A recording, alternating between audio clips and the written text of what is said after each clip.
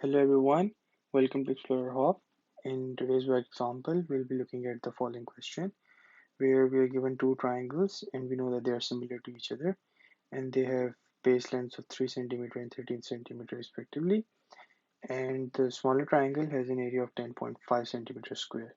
Now they want us to find the area of the larger triangle.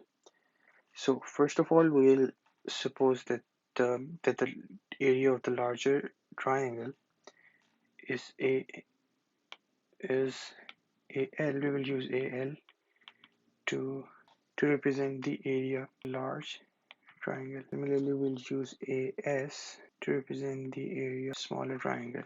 Likewise, we'll use BL to represent base of larger triangle and BS to represent base of smaller triangle. Now we know that for two similar shapes, if two shapes are similar, then the ratio of their areas is always equal to the square of the ratios of their sides. So in this case, to write it algebraically, we will write AL over AS, which is the ratio of their areas. It would be equal to the ratio of their bases. The ratio of their bases would be BL over BS, and the square of that, because we are trying to find the area. For area, it is always squared.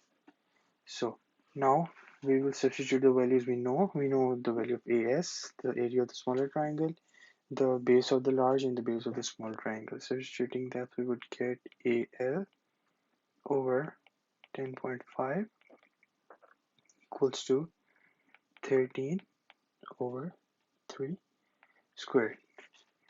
And if we rearrange it, we can write AL as 10.5 into 13 over 3 squared.